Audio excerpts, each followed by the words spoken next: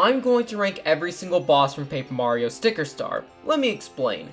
This list is really weird to put together. Sticker Star does not have the best battle system in my opinion, and that absolutely affects how the bosses are perceived to me. And when you throw in all the mini bosses that are in this game onto this list just becomes a complete mess and very difficult to get through. So I guess onto the rules, I'm going to be including basically every single boss on this list. There are very few bosses that I'm not going to be including, and these are literally mini bosses that are practically real enemies. This list somehow has 16 bosses on here, so let's not hold back anymore and get right into the worst boss.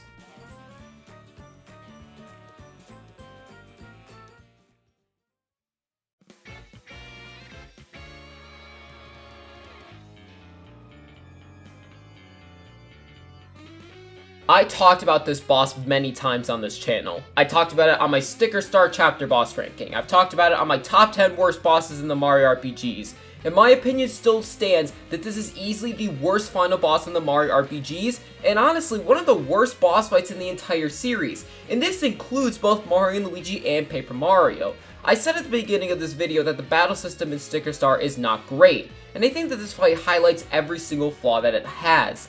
One of the main concepts in this game is that you need thing stickers to take out bosses. Now yes, you don't theoretically need them, but the game expects you to use them to make it much easier. This boss fight needs so many different thing cards that it's not even funny. The good news is that you don't need very specific thing cards, but you need something to stop the trapdoors in the first part of the first phase, something to cut up the big wand for the second part of the first phase, and something that's cold to freeze the lava and lava bubbles for the third part of the first phase. How do you even prepare for that unless you played this game before? Now, like I said, you don't need these stickers, but if you don't have them, then may the luck be on your side, because the thing that you have to rely on is the battle spinner. In this game, you get to use a spinner to decide how many times you get to attack in one turn. You need a pretty perfect spin for the first part of the first phase, because 2 or less options to attack will most likely not hit Bowser to do damage. The first phase basically works by doing enough damage to Bowser for him to move on to a different part. The issue is that this first part always sends enemies at you if you don't know the thing card to stop the trapdoor. This limits how much damage you can do to Bowser, especially because he has a crown on his head, which means you cannot jump on him. You have to rely on hammer attacks, which most of the time only attack the frontmost enemy. The second and third part of the first phase is really not that bad, but it's more so just boring. If you have the thing stickers, then it's very easy just to get rid of the womp and freeze the lava bubbles. But if you don't, it's basically the same, but longer. For Womp, you just use normal stickers to do damage, and then the lava bubbles, you basically just ignore them to try to do a lot of damage to Bowser. The fourth part of the first phase, yes, there are 4 parts to the first phase, which is ridiculous, you have to use a tail to knock a chain chomp into Bowser. Now, luckily, the game does give you a tail after a certain amount of time, which is great because I don't expect most people to have a tail at this point. Now after you're done with the first phase, Bowser gets knocked down and he grows huge. You basically are just waiting for Kirsty to become a sticker, because everything before that is just doing very minimal damage to Bowser. Once Kirsty does become a sticker though, we get into the part of the battle that I like. Or, well, liked. You become very overpowered and you get 5 different times to attack. See, this seems fine, but I just used infinite jumps on both of Bowser's hands and he went down instantly. So the enjoyment that I used to have with this phase is basically gone. I still do enjoy the music of this phase, which is nice, but that's really the only enjoyable part about it. And speaking of the music, this final boss music is weak. It's extremely unmemorable and it doesn't sound epic at all. So this boss fight basically shows all the weaknesses that Sticker Star's battle system has to the very max. Massive use of thing stickers, relying on luck with the battle spinner, overpowered stickers, it shows it all. And with the not amazing music that this boss brings, and the unmemorable parts that the first phase has, I gotta put it at the very bottom of the list at number 16.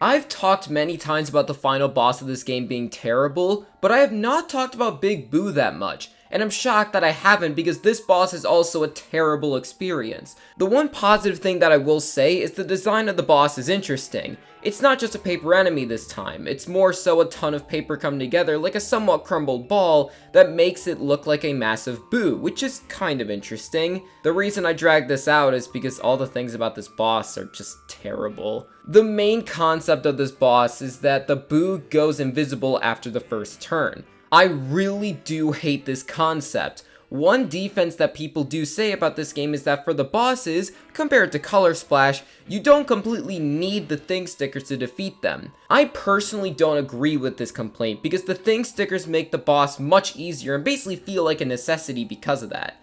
Now for this fight, you can apparently use the fan to blow out the candles and make the big boo come back. For over 10 years, I never knew that this was the thing to take out this boss. I just never knew. So because of this, every single time I do this boss fight, I just try to use spike helmets because it's the only way to defeat Big Boo without the fan.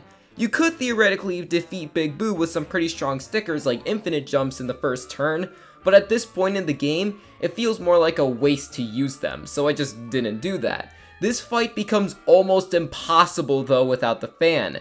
So the debate of the boss fights in this game not needing thing stickers is something I agree with, but something that makes the bosses way worse. This boss is extremely one-dimensional even without mentioning this very terrible concept.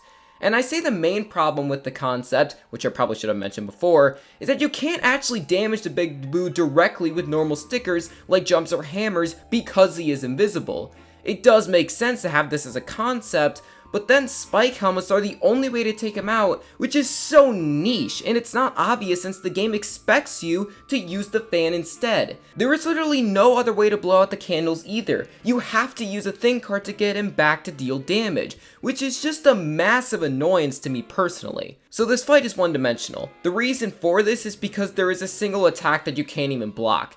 It basically means that whatever the enemy does to you, you can completely ignore, not even needing to focus on timing a block. The attack itself is fine enough, I guess. I mean, it's going to be really difficult to talk about the attacks in this game just because of how unmemorable they are. And speaking of that, this fight is also just very unmemorable, partially because it's a mini-boss, but also because it has no reason to stick out at all in this game. Even if you don't hate this fight like I do, I don't really see anyone enjoying this fight that much just because there really isn't anything to be offered here. There's a one-dimensional attack, the fan is literally used in a different boss fight, and the concept really isn't that stellar in my opinion. With all that in mind, it makes complete sense for it to be at number 15.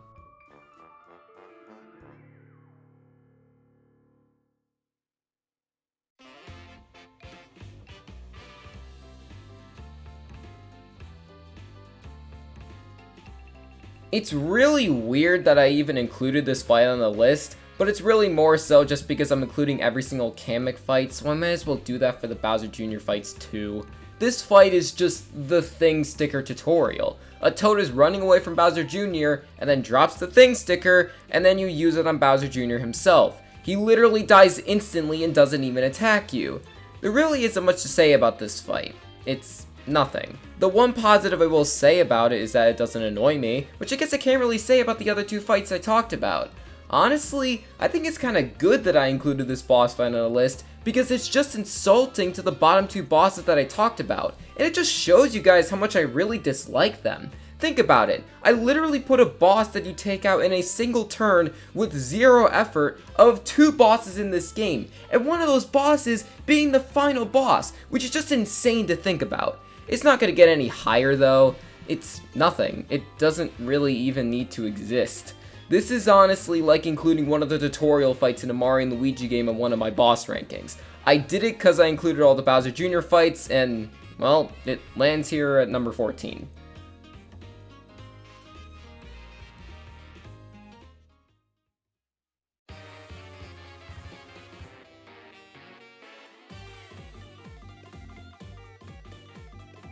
I guess we're going in sequential order, and this is kind of like the first true mini-boss in this game. Maybe some people would consider that role to be filled with Big Buzzy Beetle, but this is what I personally consider to be the first one. Is this fight good? Not really. Kamek in this game has the concept of turning your stickers into sandals. Honestly, I think that those fights are pretty decent. but that concept isn't happening yet. This does make sense because this is your first mini-boss in the game, and it really does show because this fight is extremely basic. He puts 2 Goombas in front of him, and then he is just riding on his broom in the back. The way to defeat this boss is exactly what you would expect. Just kill the Goombas and then jump on Kamek. You can't actually use your hammer against Kamek because he is in the air. And for this fight to have a concept like that, it's actually pretty revolutionary if you do ask me. So as you would imagine, I think the one main problem with this fight is that it's just extremely pointless and very unmemorable. I don't even really have to explain why. All the things that I just talked about kind of leads it into being forgettable. I don't dislike this fight, which is good I guess, but it's never a fight that sticks out, which is why it deserves to be at number 13.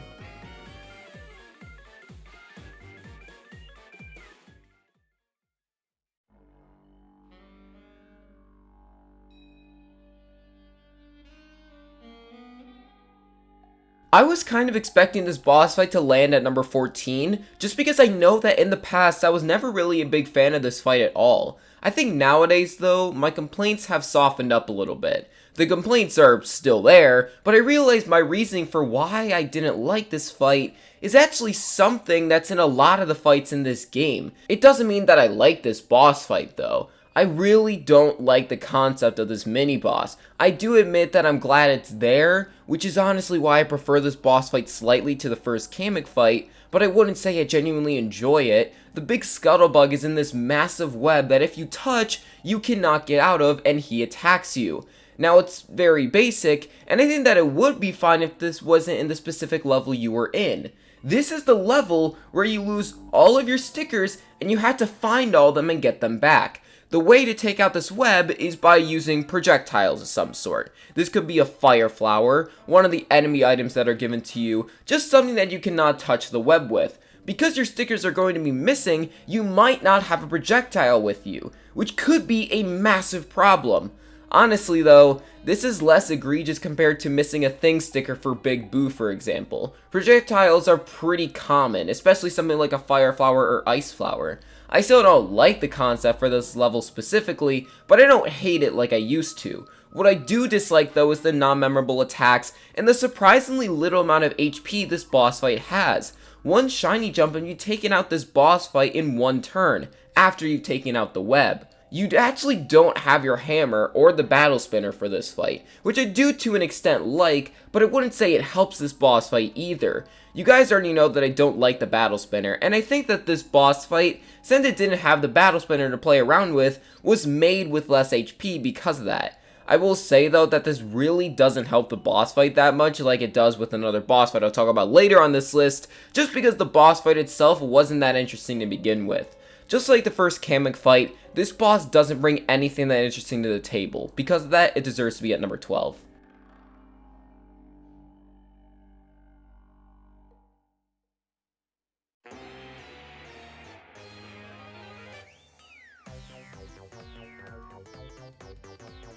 The second Bowser Jr. fight takes the crown to be the most unmemorable fight in Sticker Star. If I did not look at any footage of this game, I would have no idea what this boss fight brings to the table. Because of this, it's just naturally gonna be hard to talk about. Bowser Jr. randomly ambushes you after you beat the first snow level once you get back in the boat. The element of surprise is completely fine here because you don't need anything specific to take him out. This would be looked at as more of a positive if this boss fight was interesting at all, which it's not. Now there is the concept with the Bob-ombs, but even then it really doesn't make the fight feel that special. Bowser Jr. will randomly bring out Bob-ombs to throw at you, but you can just jump on him which blows up the Bob-ombs in his hand, but also damages you. I think he can also use them as an attack, but there is almost no way you would know this since you should just be attacking Bowser Jr. He does have a decent amount of health, but his attacks are also just extremely unmemorable. He just runs into you with this clown car, and that's it. I know some people might say that this fight deserves to be higher just because it doesn't need a think sticker, but if the fight itself is just as boring as other boss fights in this game, I don't think it deserves to be any higher than number 11.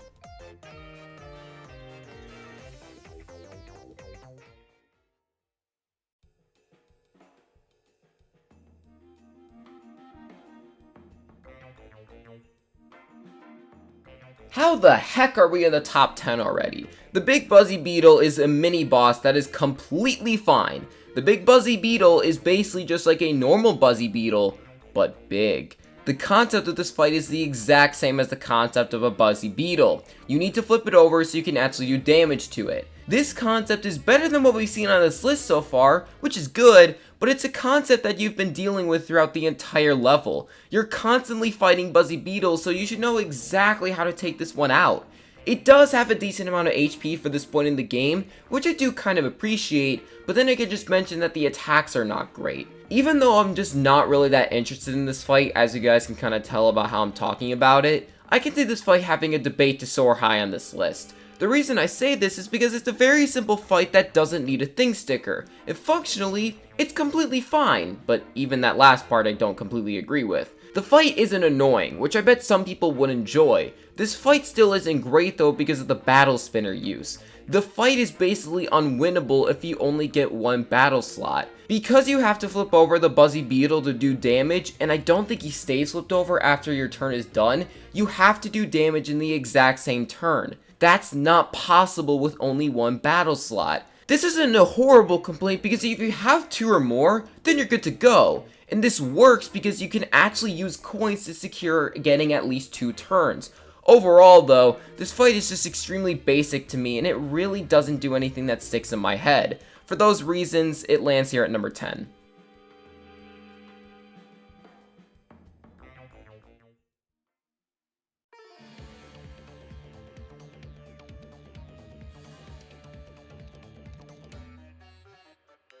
If we don't count Bowser as a chapter boss, which you should, but that's besides the point, this is my least favorite chapter boss in this game. It's weird because there really isn't that much to talk about with this boss fight either. When we look at what this boss fight has, it has the concept of Tower Power Pokey getting a new part of his body every turn. I don't mind this concept, but I feel like it's just not that memorable compared to other chapter bosses in this game. It does give this boss fight an intimidating presence, but I also just think another chapter boss does this way better. He also needs to be defeated with the baseball bat. I don't like thing stickers, but at least this one is pretty obvious because of the layout of the boss room. It's pretty clearly supposed to mimic a baseball stadium, so at the very least you have that clue. I still don't like that if you don't have it, you have to go back, but it's also very easy to prepare if you know what's going on. Use the baseball bat to knock all of his body parts away, and then he's just left with his head, and you do a ton of damage. I don't know, this boss fight just really doesn't bring anything that interesting. It's probably the least memorable chapter boss in this game, just because of the nothingness that this boss fight has. I think he spawns enemies, which really doesn't change the battle at all. The good news is that you don't need the battle spinner. It's obviously helpful if you get more than one attacking turn, but even then it's not that big of an issue if you don't have more than one. I think the boss itself is overall completely fine, but almost nothing about it is memorable. And the points that it did mention that were kind of memorable, other bosses have and are used better than this one. Because of that, this boss fight deserves to be at number 9.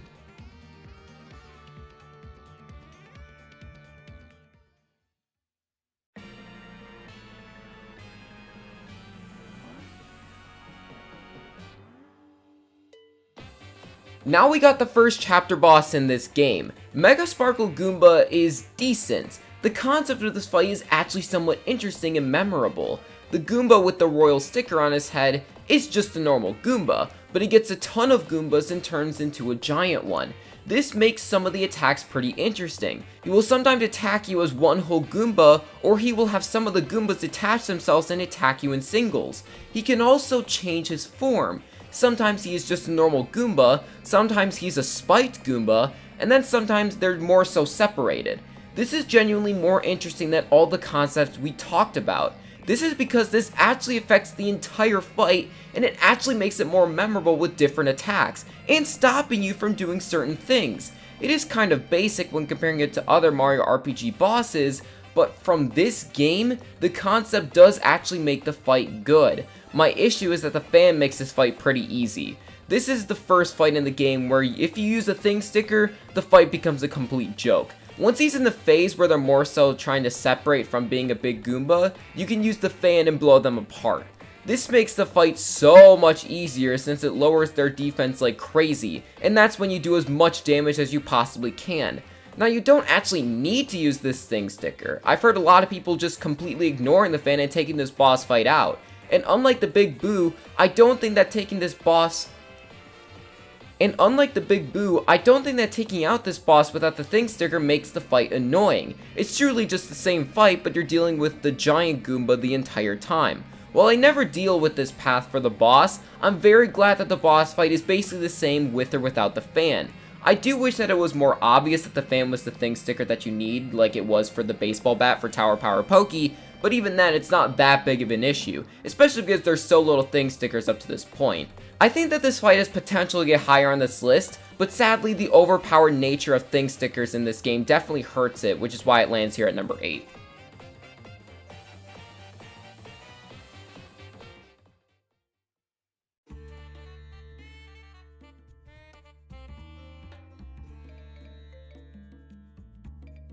I want to put the second Kamek fight higher on this list, but there's one flaw that really sinks it much lower than where I want him to be. The main concept of this fight, and also the final Kamek fight, is that he turns all of your stickers into sandals. It basically works like an E-Kammer being able to hit Kamek multiple times.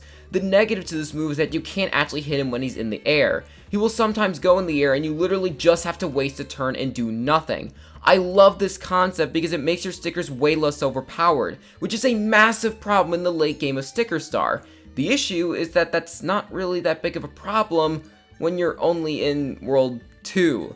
It's still fun though. Using the sandals is pretty satisfying and also just kind of funny. The issue with this second fight though is that it feels like it's preparing you for the final Kamek fight. The reason I say this is because Kamek has so little health here. He only has 20 HP, which you can take out very easily with sandals. Sandals are not weak stickers, so 20 HP is too low. I do understand why they did this though. The main reason they lowered his HP so much is because it's somewhat of a tutorial for the sandals. You're not going to be good with them right away, so having a very little amount of HP is actually a good thing objectively. The disappointing part is that I'm already good with the sandals, so I take him out insanely fast. This fight has a great concept, but I feel like it's built upon way better later in the game than it is now, which is why I feel like it deserves to be here at number 7.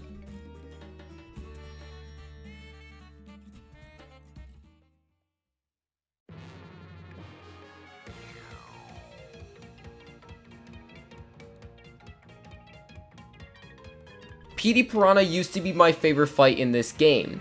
Well, it's not anymore. I do still think that the positives that I said before for this fight do stick. I think that the music of this fight is pretty underrated, and it's one of my favorite pieces of music in this game. I think that the attacks in this fight are decent. He tries to bite you, he tries to spin into you, okay, I said the attacks were decent, not good or great, but decent is honestly better than a lot of bosses in this game.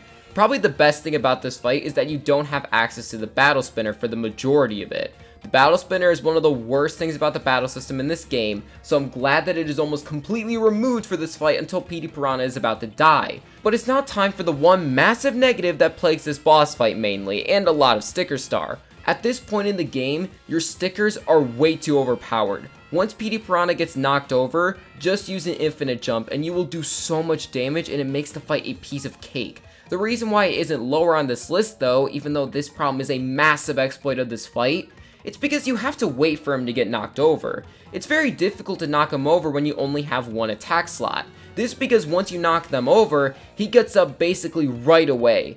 The issue is that he can knock himself over, which at that point, the fight is basically done. I guess if you don't have infinite jumps, then this fight might be looked at as better than I say it is, but they're so easy to get late in the game that to me, there's no reason not to use one or two on this fight. While the music is great and you don't have a battle spinner for the majority of it, the exploitation of overpowered stickers makes this fight way too easy in my opinion, which is why it deserves to be here at number 6.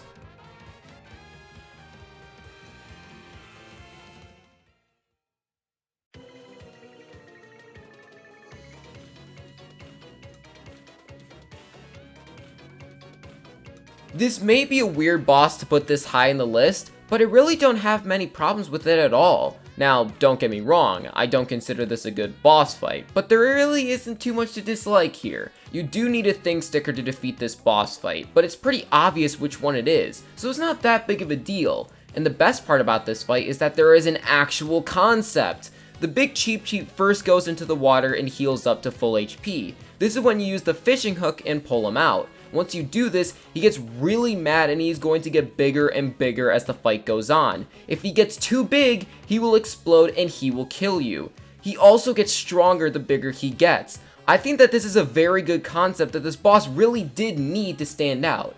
I will say that for probably most people it still doesn't stand out, and I'm not that surprised. Obviously the mini bosses in this game are pretty forgettable, but other than the concept, there really isn't anything else here. The attacks are okay. He squirts water at you when he's in the water and then just jumps on you when he's on land. You could also be screwed over by the battle spinner in this fight. If you're not able to do enough damage to the big Cheep Cheep before he blows up, then you're going to die. The good news is that the HP on the big Cheep Cheep really isn't that high. 88 HP is not a very little amount where it feels like a complete joke, but not too much where it's going to be a really big struggle to deal with the concept.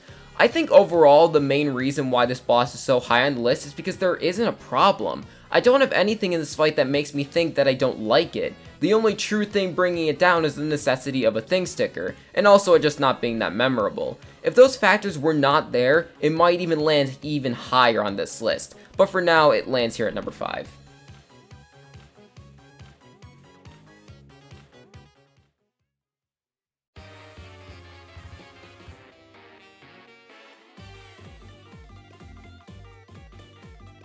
This is the last of Kamek you will see on this list. The final Kamek fight is actually a fine fight. The concept is just the exact same as the second Kamek fight. The sandals have returned and they are just as good as they were before. The main thing that makes this fight more difficult is that he actually spreads into 3 different Kameks. He also has the same concept of being able to go into the air like in the second fight to avoid damage, which is great to see again.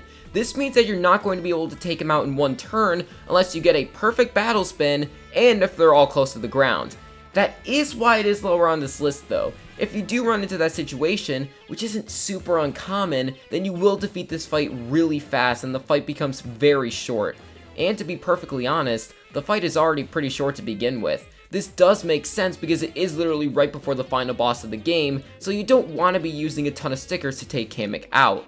Something else to mention is that if the frontmost Kamek is in the air, it is a little bit unfair just because you can't actually pick which Kamek you want to target. But I don't really think that's that big of an issue to me personally. There are negatives to this fight like I have been mentioning, but truly it's just a fight to enjoy the sandals concept for one last time in this game. It's the best concept at this point in the game too, because like I mentioned for the second Kamek fight, you don't have overpowered stickers. Now yes, the sandals can become extremely strong, but you have to have a perfect battle spin to take out everything in one turn. I think that these top 4 fights are in the top 4 because they avoid all the problems that I have with Sticker Star's battle system. The reason why Kamek is here at number 4 though, is because the length of the fight being too short and also his attacks just not being that great either. Overall though, I'm glad that the concept exists, and I'm glad that this fight exists as well, which is why it deserves to be here at number 4.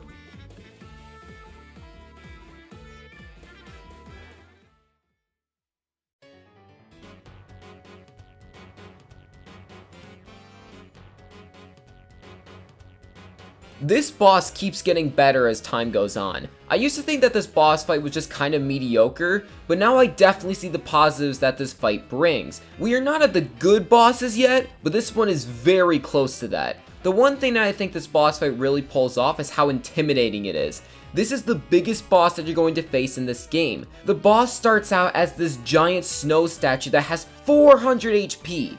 This sounds like a massive pain in the butt to take out, but it truly isn't. Mr. Blizzard does have a weakness, and unsurprisingly, it's fire. I like how broad this weakness is, like it was for using projectiles on the big Scuttlebug's web. It means that you really don't need to prepare to win this fight, and if you do, it's really easy to. You could use fire flowers, blaze hammers, and any thing stickers that would emanate heat. So this fight truly does not need any thing stickers, which is a massive appreciation.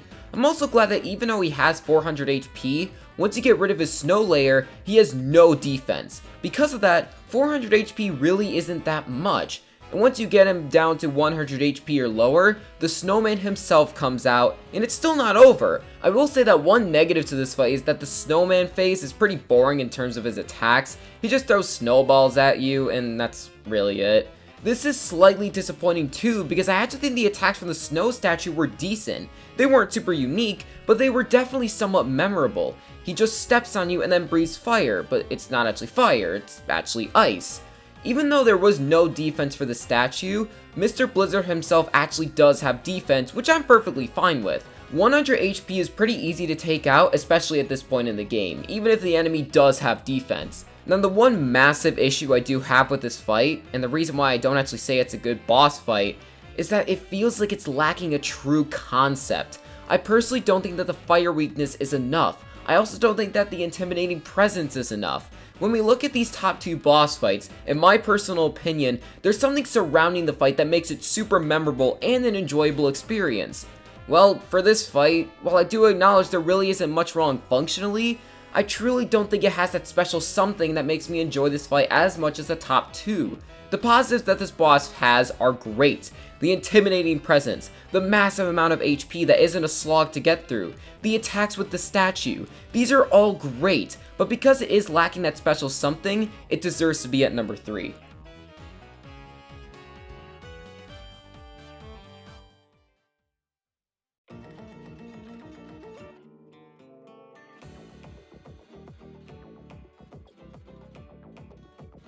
I know that everyone would probably put this boss fight at number 1, but if I truly asked you why you like this boss fight, what would you say? You would first say the music. Okay, that's a good point to list because obviously the music leads the entire vibe of this fight. But is there anything else you like about it? It's only the music. Oh, okay, got it. So I think you can kind of realize why I don't have this fight at number 1. The music is amazing in this fight. While I don't think it's one of my favorite pieces of music in this game, the thing that people really like about it, and what I also like about it, is that the music gets more intense and it basically narrates the fight. When the music gets really jazzy, he is about to spit ink at you. When the music turns into a Mario theme, you know that it's your turn to attack. This makes the fight extremely memorable, and I absolutely will not disagree with the fact that this music is what absolutely carries the fight. I also have to mention that the attacks are not that bad either. He basically just swipes at you with his tentacles, but he does it in a way that also syncs with the music, which is cool. This is one of the most memorable fights in Sticker Star, but it's because of the music and not even the fight itself. That's my issue with this fight. This is a genuinely good boss to me, but I don't see it as an all-time great. I will say though, if this is your favorite fight in Sticker Star, I do get it. It's not because you love the music, even if you do, but it's because the rest of the boss fights I've talked about are okay at best. So when we got a really unique concept with the vibe of the music, I'm not surprised that people have this as their favorite one. This would be my number 1 if the fight was interesting. Like I said, the attacks are okay, but that's all that's here. You also need a thing sticker for this fight as well. The sponge is not an obvious thing to use here, and it's not something that's very easy to play around like it is for the fan for Mega Sparkle Goomba. I know I'm being pretty negative about this fight, but it's because so many people praise it for the one positive thing that it has. My true opinion of this fight is that it is enjoyable, the vibe of the music is good, the attacks are decent, and I know the thing sticker needed, so I didn't have a bad time. But because there really isn't that much interest in the battle itself, I have to put it here at number 2.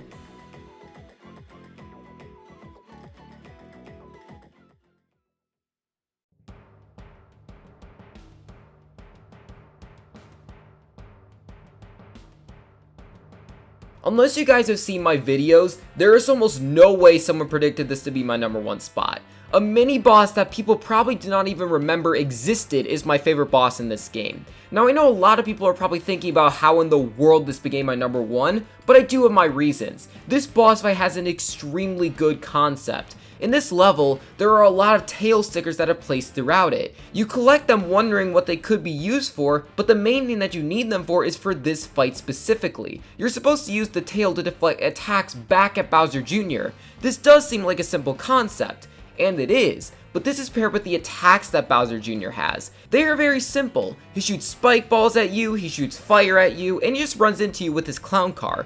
The catch about this though, is that all of these attacks are extremely fast paced. This makes it very difficult to counterattack with the tail. He also attacks multiple times in one turn, which just makes it an extremely fast-paced battle. Bowser Jr.'s set of attacks here is my favorite set of attacks in this entire game. And I didn't even mention why you need to use the tail. Bowser Jr. covers himself up with a shield, which makes him completely invulnerable to your attacks. Once you knock the spike balls back to him, his shield gets damaged. Once you hit him 4 times with spike balls, his shield gets destroyed. Like I said, the attacks are super fast, so it's not super easy to take out his shield, which I very much appreciate. This boss may not seem that special to most people, but not only are the positives that I mentioned here really good, there aren't negatives to this fight. You don't need thing stickers, tails are not that overpowered, and you don't need the battle spinner. With those complaints not being here, and also this fight being pretty memorable to me personally, this is my absolute favorite fight in Sticker Star. Thanks for watching this video, make sure to leave a like, and since you lasted this long, you might as well subscribe. But other than that, G-bye.